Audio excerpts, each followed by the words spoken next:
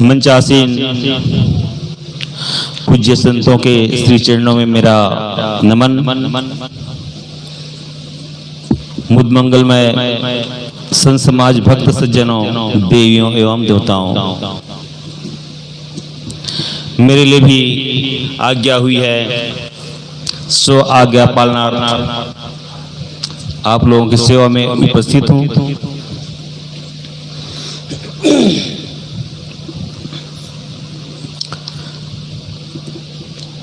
आप सभी जानते ही हैं, मालूम है, विदित है कि इस शुभ ग्राम में हम सब लोग मिलकर के कबीर जयंती मना रहे हैं। अच्छी बात है, लेकिन हम लोगों के लिए भी आप लोग नियम लगा चुके हैं कि 10 मिनट बोलना है कि 5 मिनट बोलना है। जी जी, समय के हिसाब से दिया। वैसे ही आप लोग के लिए भी नियम होना चाहिए, श्रोताओं के लिए। जी जी, चाहिए कि नहीं चाहिए? चाहिए सर, बोलिए। तो गोस्वामी जी ने क्या नियम रखा है मालूम है आप लोगों को? एक घड़ी जरूर मालूम। नवधा भगति सुनु तो ही पाही, सावधान सुनु धरु मन माही। आप लोग के लिए क्या नियम है? सावधान होकर के सुनना है। और अगली कड़ी में क्या कहा है?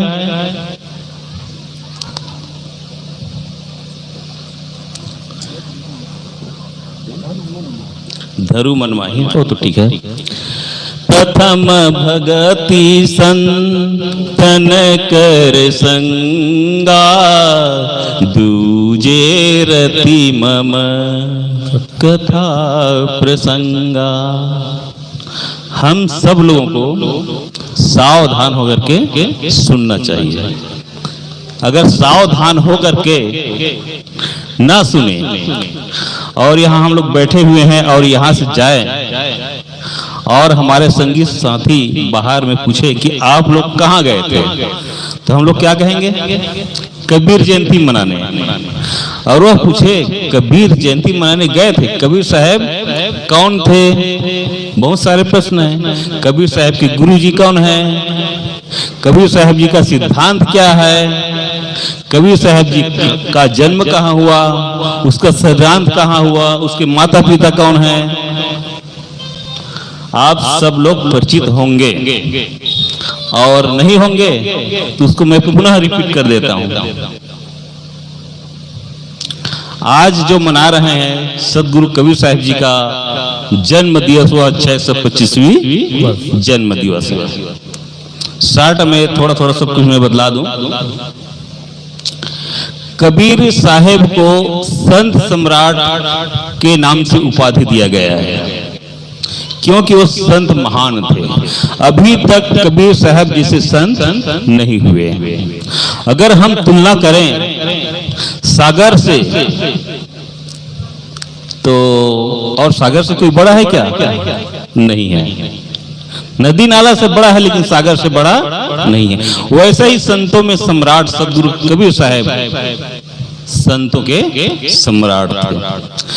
सदगुरु कबीर साहब जी का जन्म कहाँ हुआ? काशी, जिसको हम आजकल बनारस कहते हैं। और उसका सिद्धांत कहाँ हुआ? मगहर में। अब सोचने वाली बात यह है, साहब जी का जन्म तो बनारस में हुआ, लेकिन काशी में सॉरी मगहर में शरीर क्यों छोड़े? आप लोग परिचित ही होंगे। काशी में यह मान्यता थी कि यहाँ जन्म लेना और मृत्यु होना वह मुक्त हो जाता है, सतलोक में जाता है। इस मान्यता को तोड़ने के लिए सदगुरु कबीर साहब ने कहा यह सब भ्रांति है। आदमी अगर सही रास्ता पर चले तो हर जगह मुक्ति है। मुक्ति का अर्थ है क्या है? कोई पाना नहीं है, कोई छोड़ना नहीं है, बस सारी वासनाओं को छोड़ दो, वह मुक्त ही है। तो सदगुरु कबीर साहब जी ने कहा, इस मान्यता को मैं तोड़ने के लिए मगहर जा रहा हूं। और मगहर में जाकर के सदगुरु कबीर साहब जी शरीर त्याग किए। सदगुरु कबीर साहब जी का गुरु जी कौन थे? गुरु कौन थे? आप मालूम है आप सबको? बोलो। रामानंद सागर। सही बात है क्या? काश एक छोटा सा एग्जाम्पल दूं।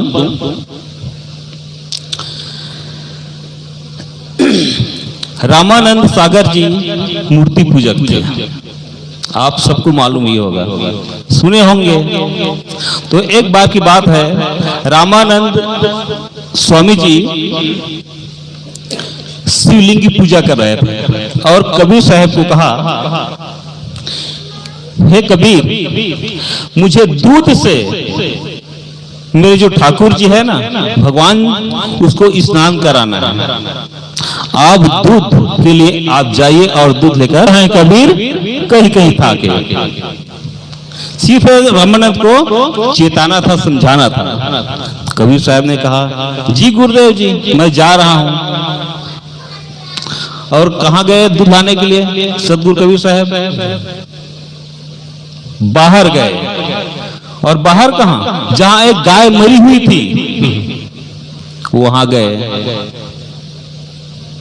और घास ला करके उसको सामने, उसके सामने, मुख के सामने रख दिया और वहीं पर कबीर साहब बैठ गए। मरी हुई गाय घास खाएगी? बिल्कुल नहीं। लेकिन कबीर साहब को चेताना था, इसलिए वहां बैठे रहे। 1 घंटा, 2 घंटा, 3 घंटा, 4 घंटा हो गया। रामानंद जी बोले, अरे क्या बात है, अभी तक कबीर साहब नहीं आए दूध लेकर के। ढूंढते ढूंढते ढूंढते गए और वहीं पहुंच गए जहां रामानंद सागर जी, सॉरी, कबीर साहब जी बैठे थे। तब रामानंद ने कहा, कबीर आप क्या कर रहे हो? आपको मैं दूध लाने के लिए भेजा था और आप यहाँ आकर बैठे हैं। कबीर साहब जी ने कहा, जी गुरु जी, आपके आदेश के अनुसार ही मैं यहाँ दूध लेने के लिए आया हूँ। देखो ना, गाय तो है, चारा भी नहीं खा रही है और दूध भी नहीं दे रही है। तब रामानंद जी ने कहा, अरे पगले सुनो, आप दूध लेने किसके पास गए हो? क्या मरी हुई गाय दूध देगी? उसने कहा, जी गुरुदेव जी, दूध क्यों नहीं देगी? देखो इसको मैं चारा, इसके लिए चारा लाया हूं, घास खाएगी फिर दूध देगी। तब रामानंद जी ने कहा, आप अनपढ़ से अनपढ़ हो। मरी हुई गाय कभी घास नहीं खाएगी और न कभी दूध देगी। तब कबीर साहब जी ने कहा, जी गुरुदेव, आपने एकदम सही कहा। जरा ये बताओ, आप जिस भगवान को दूध से स्नान करोगे, क्या वो हमें आशीर्वाद देगा कि नहीं? बिल्कुल नहीं। क्या आप दूध डालेंगे तो उसका अनुभव कर पाएगा? बिल्कुल नहीं। तब रामानंद जी की आंखें खुल गई। वाह कबीर वाह, आज तो मेरे आपने आंखें खोल दी। अब बताओ, अब रामानंद जी गुरु हुए कि कबीर साहब जी गुरु हुए? बोलो, सही बात है ना? सिर्फ एक मान्यता के दृष्टि से कबीर साहब जी ने उसको गुरु माना, लेकिन वास्तविक में कहा जाए तो कबीर साहब जी महान हैं, संतों के सम्राट हैं। ऐसे पूज्य गुरुदेव कबीर साहब को मैं नमन करता हूं, जिसका हम आज कबीर जयंती मना रहे हैं। और कबीर साहब ऐसे महान पुरुष थे, वे अपने बातों को किसी के घर में जाकर किसी के रूम में जाकर, किसी के आंगन में जाकर नहीं कहे। अपनी बात को कहां कहते थे? कबीर खड़ा बाजार में ले लुआठी हाथ, कबीर खड़ा बाजार में सबकी मांगे खैर। वे किसी एक के सामने नहीं कहते बल्कि हजारों बाजार के सामने में कहते थे। और आपने सुना ही होगा, पाहन पूजे हरि मिले, मैं पूजो पहाड़, याते चाके भली पीस खाए संसार। अगर पत्थर की पूजा करने से हरि मिलता तो एक छोटा सा पत्थर, क्या कहूं मैं, बड़े पहाड़ की पूजा करता। लेकिन बंधुओं, आप सब लोग मैं आज बतला देना चाहता हूं, असली भगवान कौन है, असली हरि कौन है? जो दुख को हरण करे वह असली हरि है। तो दुख को हरण करने वाला कौन है? आप सब हैं। जीता जागता प्राणी है, जीता जागता मनुष्य है। यही हमारा काम करता है और करेगा भी। इसलिए साहब को कहना पड़ा कि पाहन पूजे हरि मिले तो मैं पूजाऊं पहाड़, याती चाकी भली पीस खाए संसार। हमारे शास्त्रों में, हमारे वेदों में कहा गया है, मातृदेव भवः, पितृदेव भवः, आचार्य देव भवः और अतिथि देव भवः। बंधुओं, अगर हम वास्तविक कहा जाए तो यही हमारे 4 देवी देवता है और बाकी सब नकली है। भले ही हम 1000 उपवास करे, व्रत रखें, लेकिन अभी जो 4 बतलाया हम भगवान, इसे छोड़कर और कहीं भगवान मिलने वाला नहीं है। अगर हम कल्याण चाहते हैं तो सदगुरु कबीर साहब जी का जो सिद्धांत है वह कौन सा सिद्धांत है? जीववाद। कबीर साहब ने कहा ना कि इस मानव से बढ़ करके और कोई भगवान नहीं है। जितने भी यह संसार में विकास हुआ है, मंदिर, मस्जिद, गिरजाघर, हेलीकॉप्टर, वायुयान, इस सबका बनाने वाला कौन है? वह मानव ही है। इसलिए हम आज यह जयंती मना रहे हैं। और साहब ने अगला कहा है, संगत की जय साधु की। साहब ने कहा ना, संगत की जय साधु की। साहब ने यह नहीं कहा कि संगत की जय जुआरियों की, संगत की जय शराबियों की, संगत की जय चोरों की, ये नहीं कहा। क्या कहा? संगत की जय साधु की, हरै और की व्याधि। यहां पर थोड़ा विचार करना है। साधुओं की संगत करने के लिए क्यों कहा? अब साधु तो देखा जाए तो कई भेष में भी होते हैं। सफेद कलर का भेष पहनते हैं, लाल कलर पहनते हैं, पीला, नीला। कोई ऐसा है कि पहनते भी नहीं है, वे भी साधु हैं। हमारे गुरुदेव जी के साथ में मैं था तो लखनऊ में एक ऑफिसर आए। वे कहे कि साधु 4 प्रकार के हैं। कितने? साधु 4 प्रकार के हैं। हमारे गुरुदेव जी आश्चर्य रह गए, कह रहे हमने आज तक नहीं सुना है 4 प्रकार के साधु, और ये ऑफिसर जो 4 प्रकार के साधु बतला रहे हैं। तब ऑफिसर ने कहा कि 4 प्रकार के साधु कौन है? पहला साधु कौन है? असली, नकली, दखली और फसली। तो असली साधु कौन है? जो संयम पूर्वक अपने साथ साथ समाज का भी हित करता है, कल्याण करता है, उपदेश करता है, उस पर चलता है, वह है असली साधु। नकली साधु कौन है? जो गांजा, भांग, धतूरा, बीड़ी, सिगरेट, चर्च इत्यादि का सेवन करता है, वह नकली साधु है। असली साधु कौन है? अपने घर गृहस्थी में रहते हैं, बीबी बच्चों के साथ में, और बस कहीं सत्संग कार्यक्रम हो रहा है, कहीं पूजा पाठ हो रहा है तो अपना ड्रेस बदल दिए और साधु को बना लिए और वहां पूजा लेने के लिए चले गए। वे कौन है? फसली। और दखली साधु कौन है? कहीं देखे जमीन, सरकारी जमीन है, वहां शिव जी, ठाकुर जी, हनुमान जी को बिठा दिए और उस जमीन को दखल कर लिए, अपना कब्जा में कर लिए, वे है दखली साधु। इसलिए वे ऑफिसर 4 प्रकार के साधु बताए। तो संगत की जय साधु की, हरै और की व्याधि। अब यहाँ हम सब लोग बैठे हुए हैं, संत लोग उपदेश कर रहे हैं, तो हमारे व्याधि को, दुख को दूर करेंगे क्या? बिल्कुल नहीं। आप बीड़ी, गांजा, भांग, सिगरेट या अन्य भी कोई भी सेवन करें और हम कह दिए आप लोग छोड़े नहीं, तो क्या दुख दूर होगा? क्या हमारा सुधार होगा? बिल्कुल नहीं होगा। जब तक हम संतों के वाणी को सुन करके अपने जीवन में आचरण नहीं करेंगे, तब तक हमारा सुधार होने वाला नहीं है। चाहे लाख गुरु आ जाए, जब हम स्वयं नहीं सुधारना चाहते तो हमें सुधार नहीं सकते बंधुओं।